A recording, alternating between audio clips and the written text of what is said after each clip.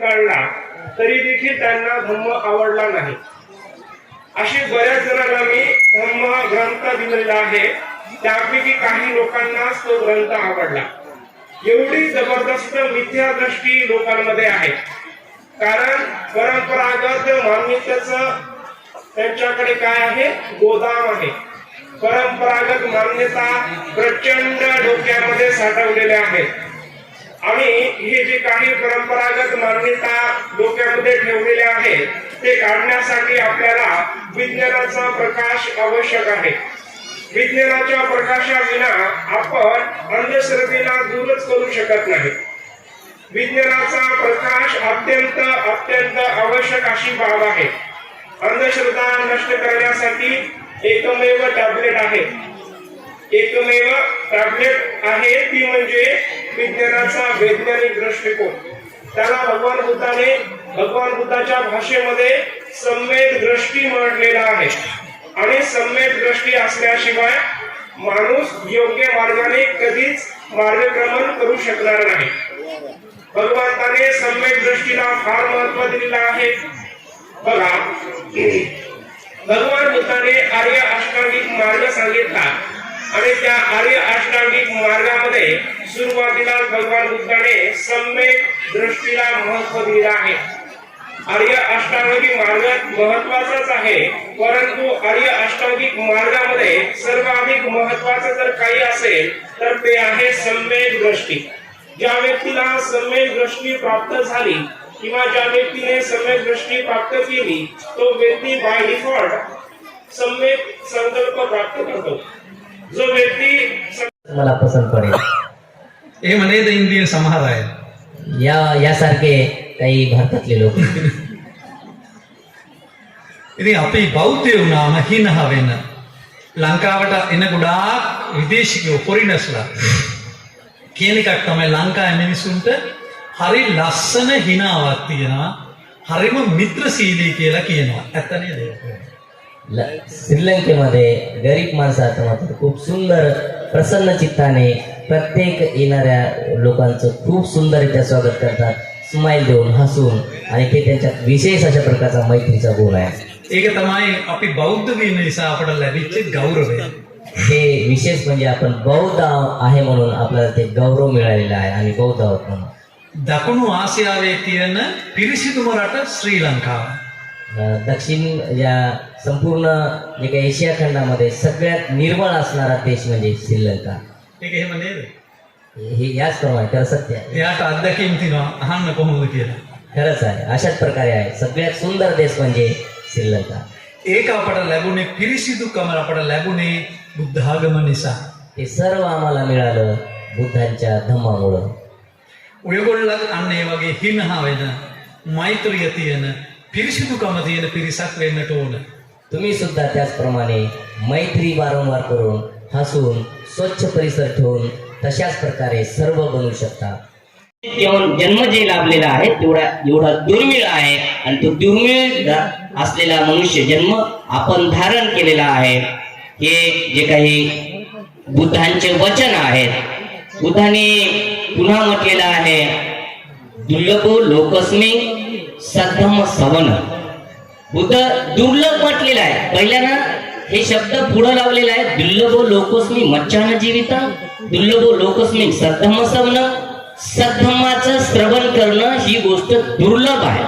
दुर्लभ का म्हटलेलं आहे? आता तुम्ही एवढ्या मोठ्या संख्येने ऐकत आहात, एवढ्या मोठ्या संख्येनं असून सुद्धा भगवान तथागत सम्यक संबुद्धाने 2500 वर्षापूर्वी या गोष्टीला दुर्लभ म्हटलेलं आहे। ही गोष्ट दुर्लभ आहे। आता तुम्ही पहा, अनेक लोक या ठिकाणी जे बसलेले आहेत, बऱ्याचशा जणाला झोप सावरत नाही, कोणाला थंडी वाजते, कुणाला काय काय आहे, तिकडे नाना प्रकारचे आवाज येतात, काय काय आहे, वेगवेगळ्या प्रकारच्या अडचणी आहेत। नुसतंच जर सहजरित्या इकडे तिकडे आपण आलो, आता पहा तुम्ही इथे एवढ्या मोठ्या संख्येने आपण उपस्थित आहात, त्याच्यातले एवढ्याच मोठ्या संख्येने इकडे तिकडे बाहेर फिरणारे पण आहेत, ओरडणारे पण आहेत। कारण हेतू तर फार निर्मळ आहे। हेतू असा निर्मळ आहे की 37वी अखिल भारतीय बौद्ध धम्म परिषद महाविहार बावरीनगर परिसरामध्ये ही 37वी अखिल भारतीय बौद्ध धर्म परिषदेचे आयोजन केलेलं आहे आणि आपण तिथे धम्म प्रवचन ऐकण्यासाठी गेलं पाहिजे असं प्रत्येकाच्या मनामध्ये येताना वाटतं.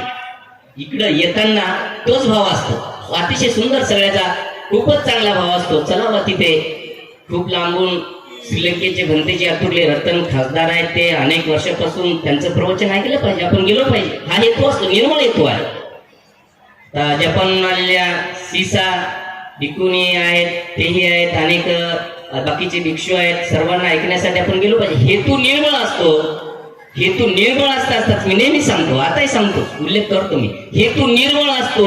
निर्मळ हेतू असताना सुद्धा पण वाटेमध्ये त्याचे मित्र भेटतात, हे की नाही, कोणी मैत्रीण भेटतात, त्यालाच गौशा म्हटलेले. काही गौशे भेटतात, काही गौशे भेटतात, गौशा भेटतात.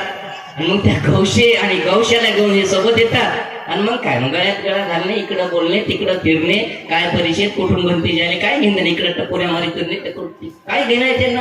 कारण मी म्हणालो, आधी काही गौशे भेटतात आणि काही तर आधीच हौशीने येतात, हौसले भारी. चला आता सगळं सारखंच चला, आपण 37 वर्षापासून काही हौशीने येतात, काही वाटेत गौसतात, काही गौशे येतात, काही तर नवसाने येतात. आता तर 37 वर्ष झालं मी आलो, कुठलंही असं वाटत तर गेलंच पाहिजे. मग असे हौशे गौशे नवशे जमले की जे ऐकायला यायचं, जे चित्तामध्ये होतं ते कधीच तिकडेच विसरून जाते. आणि इथं मात्र अशा प्रकारचा जे भंतेजाचा जोरदार सांगू लागले, अशा प्रकारचा गोंधळ करतात. अशा प्रकारे इथं धम्म देसना ऐकायला आलेलो असताना सुद्धा इकडे तिकडे भडकत राहतात. कारण बुद्ध म्हणतात, हे आपला वेळ वायाला घालू नका, मनुष्य जीवन अतिशय दुर्मिळ आहे की नाही. बुद्धांनी सांगितलेलं आहे, बुद्धांची सद्धम्म देसना ऐकणे अतिशय दुर्मिळ गोष्ट आहे. दुर्मिळ याच्यासाठी, जसं दुर्मिळ या शब्दामध्येच या गोष्टीला जर दुर्मिळ पाहिलं, जसं नेहमीच आपण उदाहरण ऐकतो, जसं की महासमुद्रामध्ये एखादा आंधळा कासव असावा, आंधळा कासव, दोन्ही डोळ्याने आंधळा कासव, आणि दोन्ही डोळ्याने आंधळा असलेला कासव त्या महासमुद्रामध्ये, एवढा छोटा कासव, आणि कुणी एखाद्या व्यक्तीने तेवढासाच असा छोटासा एक ट्यूब, जो हवा भरलेला ट्यूब त्या महासमुद्रामध्ये फेकावा, आणि त्या कासवाने, कासवाचं मुंडकं, पण कासव 100 वर्षाला एकदा वरी मुंडकं काढतो, 100 वर्षे त्या समुद्राच्या तळाला बसतो, आणि 100 वर्षानं एकदा त्याचं मुंडकं, डोकं वर काढतो पाण्याच्या. आणि तो कधी असा योग यावा की त्या ट्यूब मधून त्या कासवाचं मुंडकं किती दुर्मिळ आहे. कारण त्या महासमुद्रावरच्या लाटेनं ती ट्यूब कुठं कुठं फिरत राहील, काही अंदाजच नाही, किती फिरत राहील. आणि तो कसं 100 वर्षानंतर एकदा आपलं डोकं वर काढतो, आणि त्या वर काढल्याच्या बरोबर त्या कासवाचं डोकं त्या ट्यूब मधून बाहेर निघावं, किती दुर्मिळ गोष्ट आहे. तशा प्रकारचं दुर्मिळ असलेलं हे मनुष्य जीवन आपल्याला लाभलेलं आहे. तशा प्रकारे दुर्मिळ असलेला धम्माचा उपदेश आपल्याला अशा पद्धतीनं ऐकायला मिळत आहे. म्हणून दुर्लभ लोकस्मिन सद्धम्म सवनं, बुद्धा